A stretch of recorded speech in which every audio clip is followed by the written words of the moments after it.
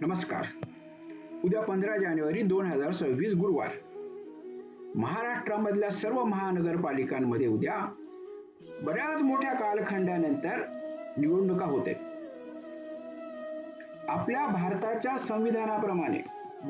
संविधानाप्रमाणे आपल्या सर्वांना लोकशाहीच्या मार्गाने आपला प्रतिनिधी निवडता यावा म्हणून घटनेने आपल्याला मतदानाचा खूप मौलिक असा महत्वाचा पवित्र अधिकार दिलेला आहे आणि आपल्याला आपलं मतदान नीट करता यावं याकरता दरवेळेला महाराष्ट्र सरकार किंवा केंद्र सरकार जी निवडणूक असेल त्याच्याप्रमाणे आपल्याला सुट्टी जाहीर केलेली असते.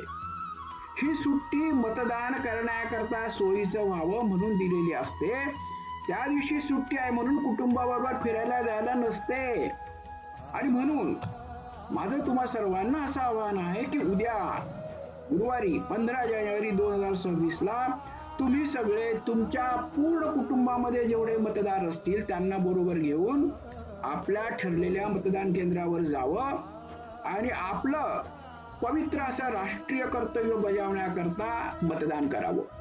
पण हे मतदान करताना एक गोष्ट लक्षात ठेवणं अत्यंत आवश्यक आहे की जो उमेदवार आहे तो कुठल्या पक्षाचा हे महत्वाचं नाहीये. महत्वाचा असा आहे की त्या उमेदवाराची शैक्षणिक पार्श्वभूमी काय आहे, त्याचं चारित्र्य कसं आहे, तो समाजसेवा करण्याकरता मनापासून अंतःकरणापासून तयार आहे का. आणि हे जर असेल तर मग आपण अशा उमेदवाराला मतदान दिलं पाहिजे आणि आपल्या महानगरपालिकेचा कारभार उत्कृष्टपणे चालण्याकरता त्याला मतदान केलं पाहिजे. म्हणून माझं तुम्हा सर्वांना हात जोडून विनम्र विनंती आहे, आव्हान आहे की उद्या न विसरता आपल्या कुटुंबातल्या सगळ्या सदस्यांबरोबर आपल्या केंद्रावर जाऊन आपलं मतदानाचं पवित्र कर्तव्य पूर्ण करा. धन्यवाद. जय हिंद. जय महाराष्ट्र.